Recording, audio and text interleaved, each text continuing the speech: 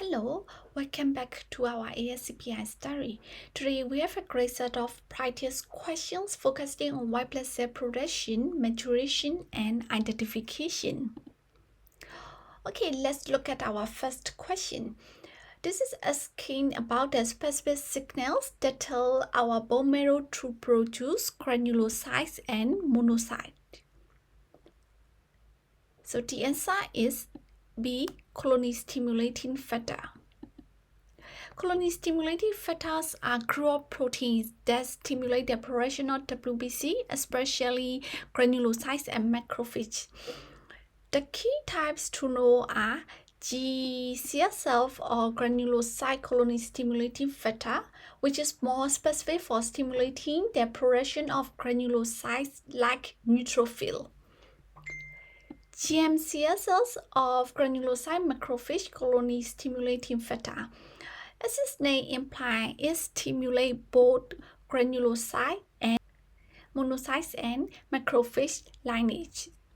And MCSF, macrophage colony stimulating factor, which is more specific to the macrophage cell line.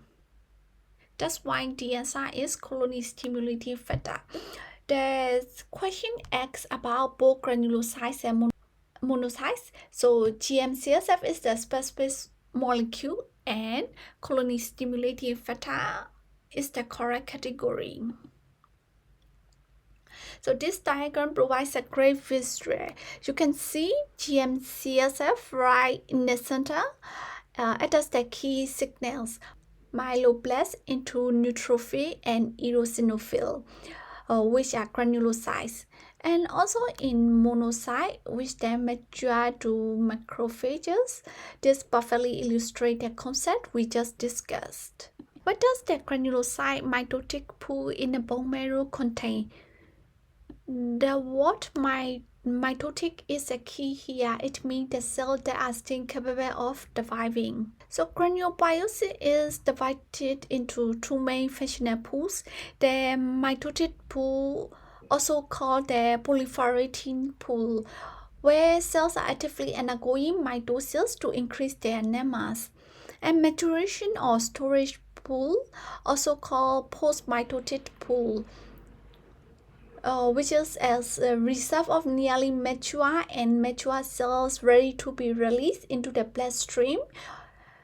The storage pool is actually much larger than the mitotic pool. So this diagram lists it all about beautifully. Look at the top bracket label mitotic pool. You can see it clearly contains myeloblasts, promyelocyte, and myelocytes. This confirms that the myelocyte is the last dividing stage. Then the post-mitotic pool begins with the metamyelocyte, pendant neutrophil, and mature neutrophil. So the correct answer is A. Myeloblasts and promyelocytes. So the true mitotic pool includes myeloblasts, promyelocytes, and metamyelocytes. Next is a term you absolutely must know for the exam and for your career. Shift to the left. So on the left, immature white blood cells, the myeloblasts, promyelocytes, and so on. On the right, you have the mature functional cells. The left shield literally means we have seen more of the cell from the left column appearing in the blood smear. So the correct answer is B. Increase in immature blood cell following release of bone marrow pools. Which of the following is characteristics of agranulocytosis? The word A means without or lack of. Granulocyte refers to neutrophil, eosinophil, and basophils. So a granulocyte literally means a condition of lacking granulocytes. Clinically, it refers to a severe deficiency of neutrophil, severe neutropenia.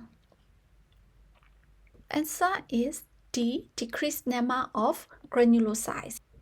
A neutrophil without granules This describes degranulation or adiplastic fissure, not a lack of cells. B. Decreased amount of granulocyte, red cells, and platelets. This describes pancytopenia or ablative anemia. Agranulocytosis specifically refers to the granulocyte cell lines, not all 3 cell lines. C. Immature granulocyte in the peripheral blood. This describes a left shift, which is the opposite of what's happening. Our last question asks to identify an infection that is not characteristic of T lymphocytes. This is a classic question comparing T cell and B cell function. Diagram summarizes that point perfectly. On the left, you see T cell differentiation into CD8 cytotoxic cells and CD4 helper cells, which regulate the immune response. On the right, you see the B cell differentiation into plasma cells, and its job clearly labeled makes antibodies. This is a fundamental division of liver you need to remember. So the synthesis and secretion of antibodies is the primary and specific function of B lymphocytes after the differentiation into plasma cells. T cells are regulator and effectors of cell-mediated immunity. They secrete cytokines, and they are the majority of lymphocytes in the blood. And their main job is to regulate the immune response, but they do not make antibody. That brings us to the end of this review session. Thank you so much for studying with me today. Happy study, and I'll see you in the next video.